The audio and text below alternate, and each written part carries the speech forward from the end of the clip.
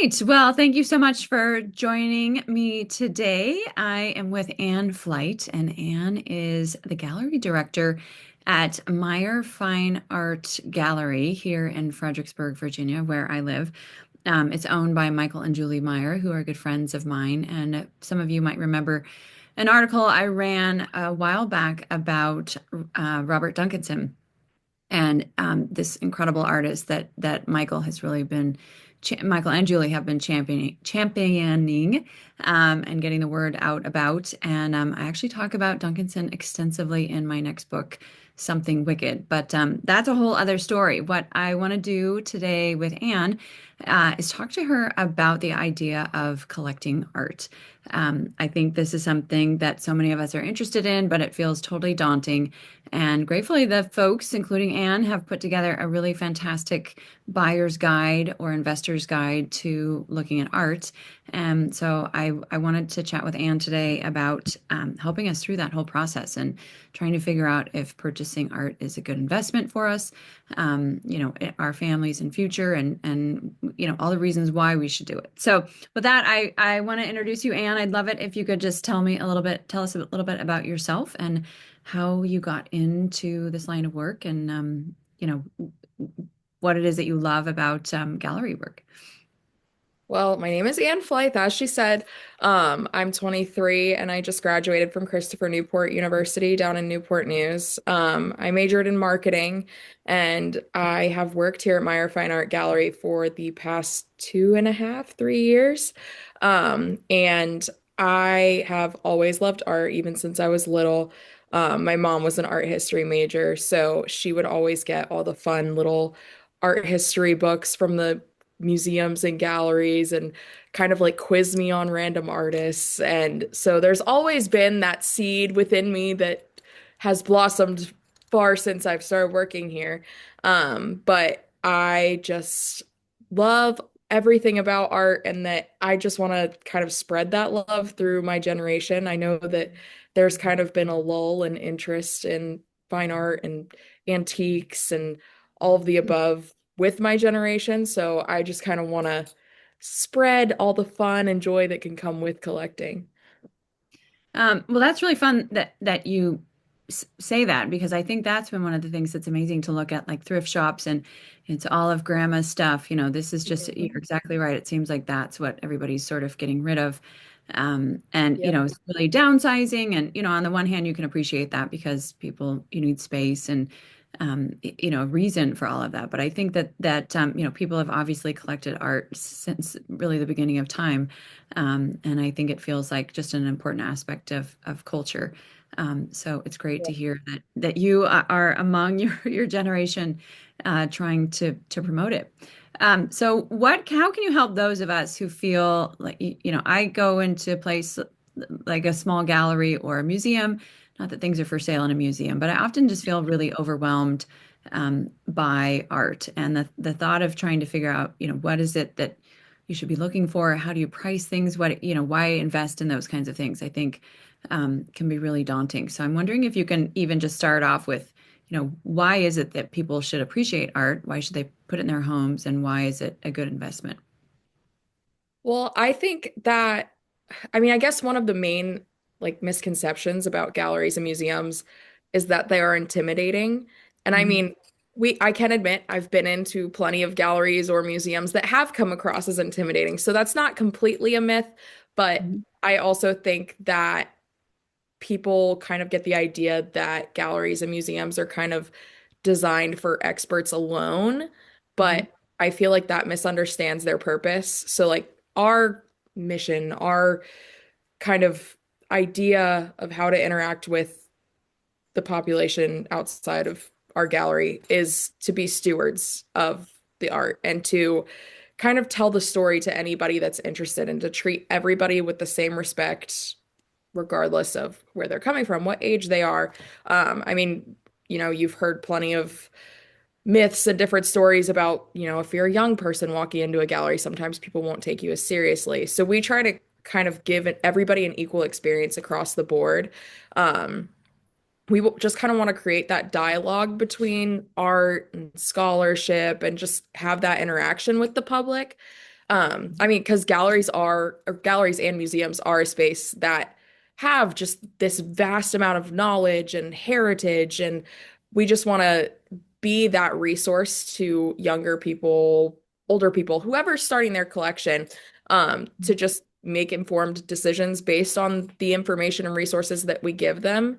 I just think that while a lot of places may expect you to walk in with expertise, we want to like encourage curiosity and encourage the idea of inquiry.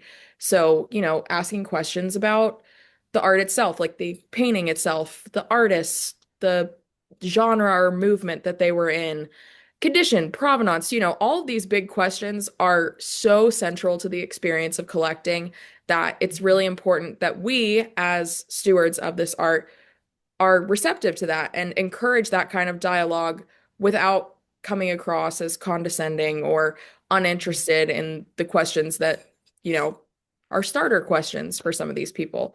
So just kind of being that resource, that guide to people as gallery owners, directors, people that work in galleries, people that work in museums, it's very helpful to kind of begin this upward trend in knowledge about collecting. People then start collecting? I mean, I think that it feels like something that is it's sort of a conscious thing, or is it one of those things that people sort of fall into it? They find a piece that they fall in love with, and then they dig into it and they learn more about the artist or the time period, or, obviously there's got to be a lot of reasons for it, and beauty is important. But what do you think are the main drivers of collectors at this stage? Is it just an investment, or is it, the history, or what is it?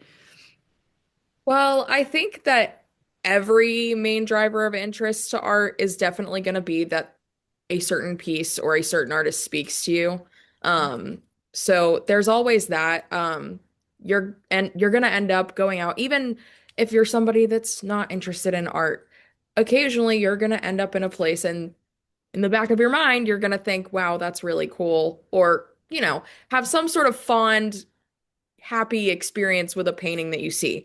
Beyond that, there are people that have kind of collected antiques and they see how, antiques or their decor in their house would pair nicely with the painting. So that's kind of like the aesthetic level of interest. And then there's obviously the people that are looking for a good investment. I would say something that I've always have seen and held true to is that art's kind of the final frontier in just holding its value. And so, while there's plenty of other things that kind of go out of style, come back, fluctuate in price, art has always kind of been consistent. Now, mind you, there's always going to be, the trends of what people are leaning towards nowadays, like trends with decor kind of go along those lines. But I would say that, if you get a good artist or a really clean lined scene, it's going to hold its value, if not increase in value. So there are the people that are interested in the investment. So I would say it's definitely first interest, and then there are the people that are aesthetics, and then investing is definitely, they're all things to consider. Right. So I guess the next question is then, what do you know? You just mentioned clean lines, but what do you think are some of the recommendations you would make for people that feel like they're starting from scratch? Are there books that you would suggest, or, master classes, or are there even some basic principles that you can say, look for clean lines, or look for these specific, attributes to the painting itself? So I would say, I mean, a book that, or a series of books that me and Mike and Julie have all used kind of to help identify paintings. That's kind of further down the road when you start identifying the artists of paintings. For American art, we've used the Who's Who in American Art by, I think it's by Falk. I don't know his first name, but Falk. Okay. And there's also a few that you can find if you're really getting into those higher end pieces that are the catalogs of the National Academy of Design. And those can be really useful because from those you can find the artist, the exact title of when it was exhibited, the year it was exhibited, and that adds a lot of value to a piece. Other than that, we've used a lot of different online services. I think there's subscriptions that you can do to like Ask Art, Mutual Art, and if you're looking for auction records, invaluable is a very good option there. And Mhm. then just from identifying paintings, just kind of seeing what styles capture your interest, you definitely will find a lot more value in older paintings. Now, mind you, everybody's interested in their own style, their own, techniques, but you're probably going to hold the most value in the older paintings because, as we start getting into the late 20th century and the 21st century, there are a lot of reproductions or, you know, fabricated paintings that aren't real or are by a group of artists that paint for a home goods store or something that are outsourced from a different country. So you want to be careful of that. You don't want to invest a lot of money in something that could be determined new. Mhm. Um, and I've found that the way to kind of determine which ones are new and which ones are old, I've used Google reverse image search on a lot of them. There was one painting this one time that it was a beautiful wave painting. It was very, very interesting, and it looked like it was on an older canvas. And Mhm. somebody came in, brought it in with a couple older paintings. So I was, kind of thinking, she brought in two other paintings that were from the late 1800s. This one could at least be from the early 20th century. A quick Google image search found that it was by a group of Russian painters that paint things for home goods, and they look exactly like this one artist from the early 1900s. So Mhm. you've got to be very, very careful with Mhm. that. Even a common misconception is that, oh, this work is signed. That means that it's valuable. Mhm. Signatures are often produced even on these mass-produced paintings, which Mhm. is a very slippery slope. Mhm. But other than that, just looking for like really clean lines, Mhm. lots and lots of detail, symbolism, just good rendering of landscape, or if you're buying a portrait, detail in the face and the expressions. Mhm. Um, Now, obviously, you're going to go into, you know, abstraction or impressionism, where that isn't necessarily clean lines, but you will notice once you start to identify those clean lines, a kind of trend of professionalism and talent in painting. And that's when you're going to be able to kind of understand the impressionist works and the abstract works a little bit better.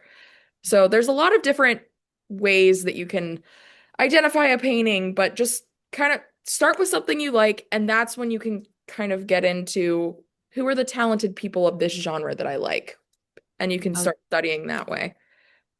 no, that seems really wise because it feels so daunting. We obviously have so many centuries of all this amazing art. Yep.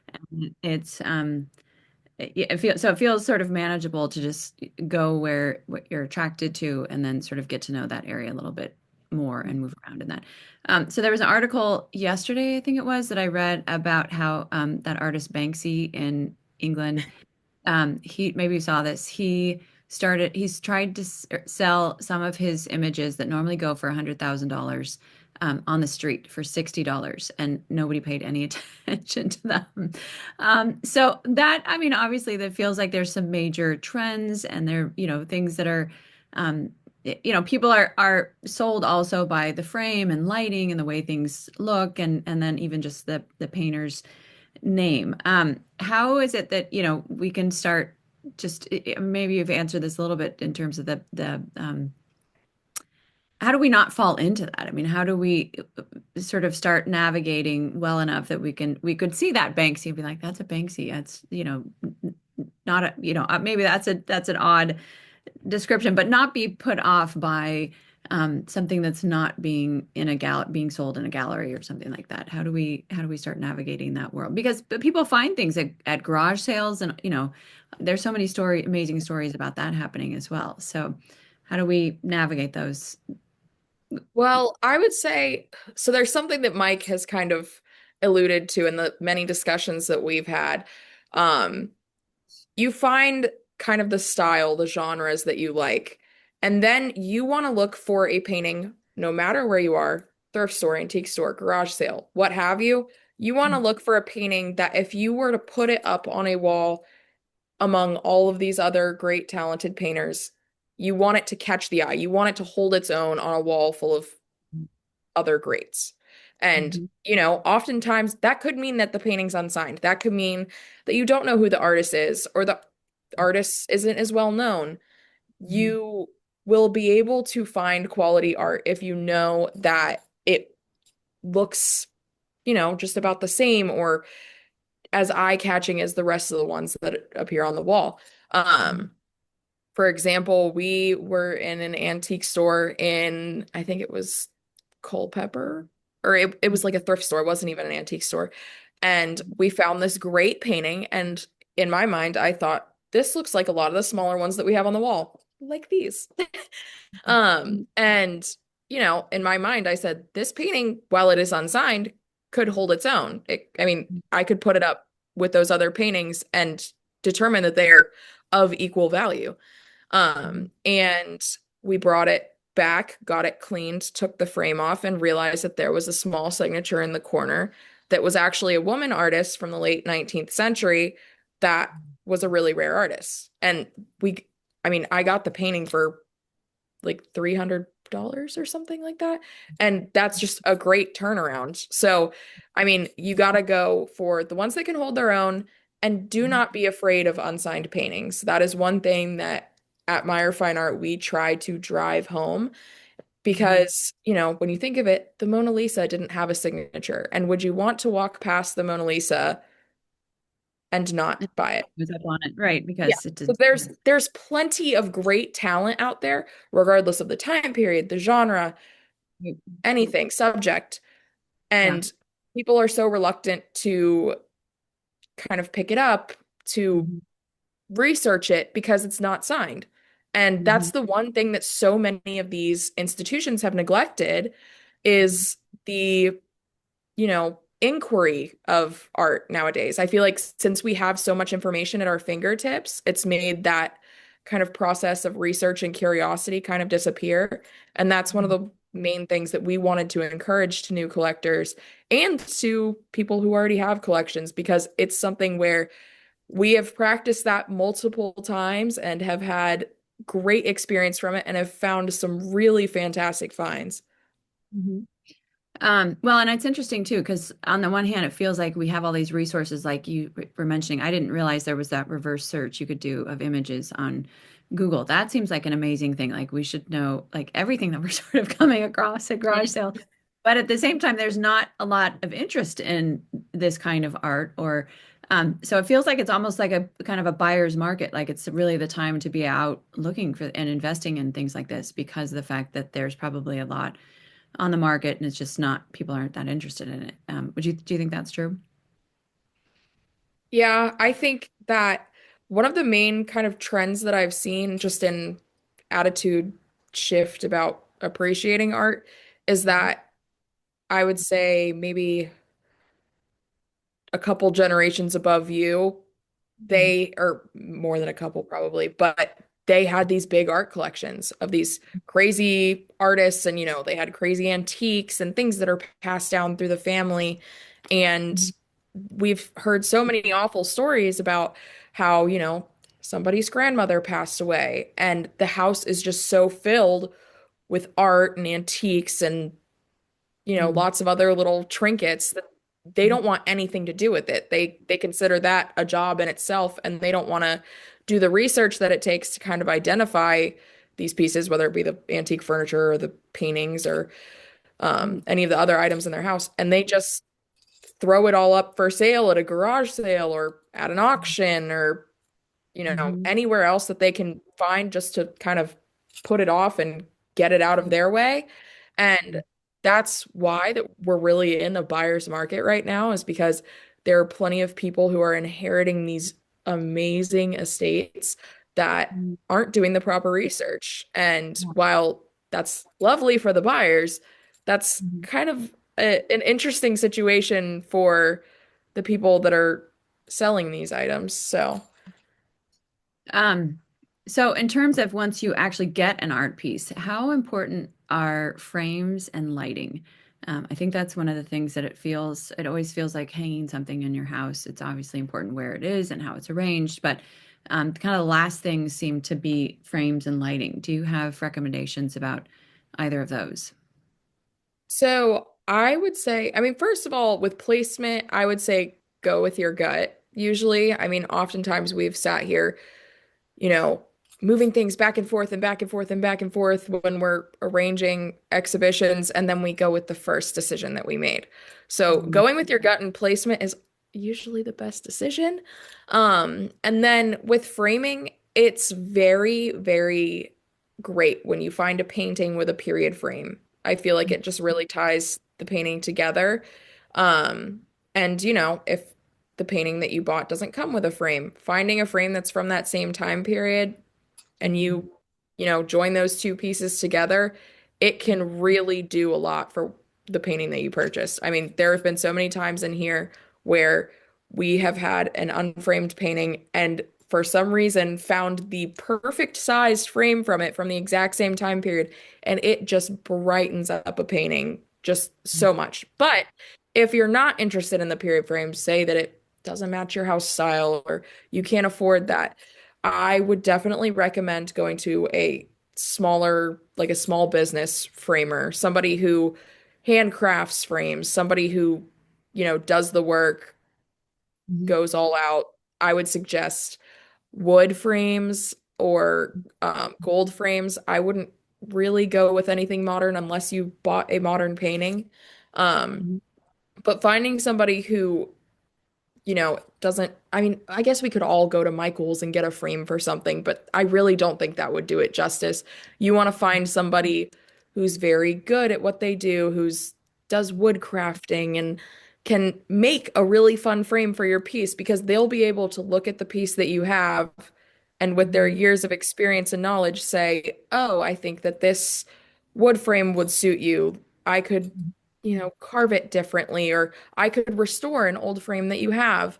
So somebody Mhm. with that kind of experience that's their main job as opposed to just a random framer at a store as their, nine to Yeah. five. That's it. They don't really align. So I would say with frames, you either want to go with period or it's very worth it to spend the money on a small business that does framing. I know that sometimes we've used, if you're in the Fredericksburg area, Frame Designs here in Fredericksburg. They do a great job. Um, and then as far as lighting, you don't Mhm. want really, really harsh white lighting. Now, I don't Mhm. think a lot of people use that bright white lighting in their house, so there's not too much to worry about. But we have really enjoyed like a light warm or a warm lighting. Um, Mhm. and to adjust the light to where it's facing the painting, where it's hitting the painting, but it's not providing a glare. So you Mhm. want it to be that perfect level that doesn't, leave a giant white spot on your painting, but still brightens it up. I mean, that makes a big difference. It brightens Mhm. up the painting, even with some of these older ones that have a lot of the darker colors. It really brings out the rich, deep reds and browns and blues that appear in those. So you want to avoid, downward light, upward light. Just keep it Mhm. facing the painting without glare, and that is just the best way to present a painting on your wall. Mhm. And then what about cleaning a painting? Is there any, what, if you've had some, say I bought something and I could tell it was really dirty, what's the best thing to do? Do you take it to somebody to have it cleaned or just, is there something simple you could do?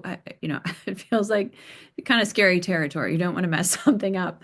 But how do you best clean a painting? Yeah. Well, that is where things get really, really tricky. Um, Oftentimes, if you can't afford a good cleaner, I wouldn't recommend conserving Mhm. it or cleaning it at all because, Mhm. I've seen some people that have brought in a painting, and it's not like a crazy painting or anything, but I've seen some people bring in a painting that they had cleaned and some would say it got ruined. It kind of messed up the whole essence of the painting itself. So we have a restorer and a cleaner that we use, um, which if But that's what anybody you should has any, do is look for somebody that knows what they're yes, doing. Be like, you okay, want I to saw look this for done. a museum or a gallery that has this quality of work and find who they get to clean their paintings because oftentimes others may be good, but you are always taking a chance with somebody who's on the smaller scale. Right. So if you can't kind of go big on the cleaning expenses, it's hard to say, but I wouldn't really risk it. Yeah. No, that makes sense. That sounds wise. All right. So you guys have this guide on your website. What's the is it Mallory? I'm sorry, Meyer Fine Art It's Gallery.com. meyerfineart.gallery. Oh, okay. Yeah. Um, and I know you guys have just different pictures and paintings for sale there, but you also have this really great downloadable um, guide for new collectors. So I'm wondering if there's anything on that guide that we haven't talked about that you'd love to highlight, and then if you can tell people how to get it, because it's I think you So have. Is that right? yeah, so we released like the kind of digital graphic buyer's guide and then later this week we're gonna release the kind of full written up version. But this buyer's guide kind of goes over common misconceptions, advice, things that you have to learn about a painting, tips for, hanging it, Mm-hmm. accompanying the painting, as well as information for continuing collectors. So this isn't just a guide for people who are beginning. This is for everybody involved. I think that there's a few key ideas that we mentioned in it. And one would be starting small. I mean, I think everybody kind of gets this idea that a serious art collection kind of begins with a large grand oil painting over their fireplace or something, but that's not necessary at all. Um, I would say that a lot of respected private collections nowadays began with smaller scale works or works that were unsigned, as I mentioned earlier. So those works, kind of sprouted intellectual interest and but they were still accessible to buyers. Right. So this could mean anything. I mean, this means drawings, etchings, watercolors, and sometimes oil studies or smaller oil paintings. They, they're the most accessible on the market right now, and they're oftentimes one of the most revealing works that an artist produces.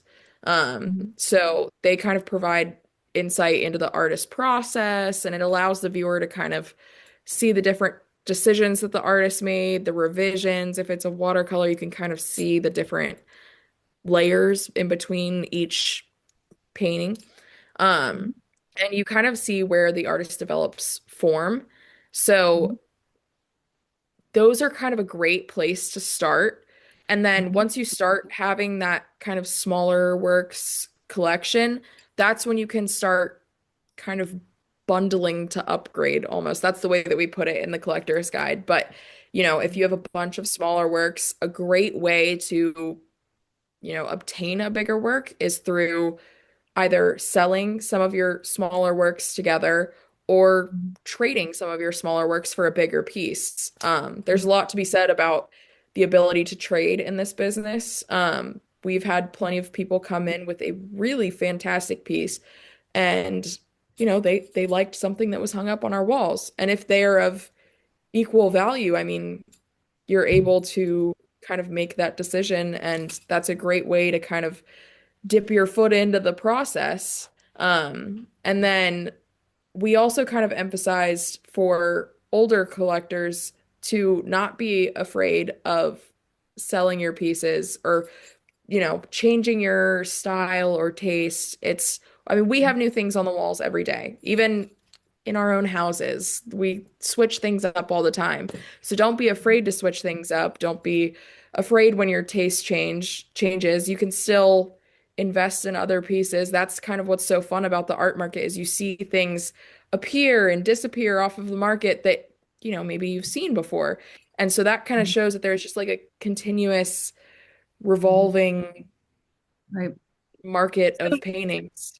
I think that's one of the things that I love so much about the art world and kind of what you're describing is that it feels like kind of a lifelong hobby, that it's not something that you zero in on for a couple of weeks when you're decorating a new home, but Yeah. in fact, it's really something that can kind of be curated and pique your interest, but it can also kind of ebb and flow with your own intellectual interests and the way in which your life unfolds and different things that you're interested in. So it feels like it has the capacity to just be really even like memories of different stages of your life and all of that. It's such a rich experience. So what last question, other than actually I'll just put the link for the digital guide in the show notes. So we've got that covered if people want to sign up for that and get that downloadable sent to them. But the last question I would ask is what do you think are some of the biggest trends that are happening right now that we should be looking for, other than the pieces from Grandma's estate? What else is out there that you think is really important to just be aware of? I would say, I mean, there are a lot of different trends that are coming and going. I mean, what's so interesting about, you know, 2026 now is that we have really embraced everybody's individuality and taste and, interests. So some of, especially in the art market and the antique market, I mean, trends are almost dying down, which Wow. sounds kind of silly to say. Like ever there will always be like popular artists, popular styles, but as far as well, impressionism's very in right now. That's Yeah. not, I mean, that it's all subjective. So I think that we've had a lot of people come in that appreciate either Impressionism, the Hudson River School, or abstract pieces. Mhm. Um, Now that's quite a broad spectrum to Right. kind of go off of. Right. We have seen a small raise just in the past couple of years of religious paintings. Like old masters. So we had just in this past year two portraits of Madonna and Child sell off of our website, which, we've been holding on to these paintings for years and they haven't really received as much attention, but we've seen the views go up consistently on some of these master paintings that have the saints in them, the Madonna and Child, any type of religious imagery. Um, and then I guess we've seen a lot of attention go towards miniature paintings. I mean, that is something that we specialize in. In fact, Mike and Julie's collection is going to be at the Flagler Museum in Palm Beach, Florida, coming up in January, or it already is January. January 13th is the opening date. Um, People love the idea of a gallery wall or a collage wall, I've even heard it called sometimes, where they pick an open wall in their house and they Mhm. adorn it with all these little paintings or trinkets or, you know, I've seen postcards that have been framed. I've seen that accompanied with paintings and photos, and it's just like a very eclectic collection. So I've seen that. That is one of the big trends that I have noticed. But other than that, it's really just up to what you like and what style you're interested in at the time. It really ebbs and flows kind of as you grow and as your family Right. grows. So it's Right. definitely an interesting process, but don't stick to the trends. If you notice any trends, don't let that influence you too hard. You want to go by what you're most interested in and what speaks to you the best. That's great.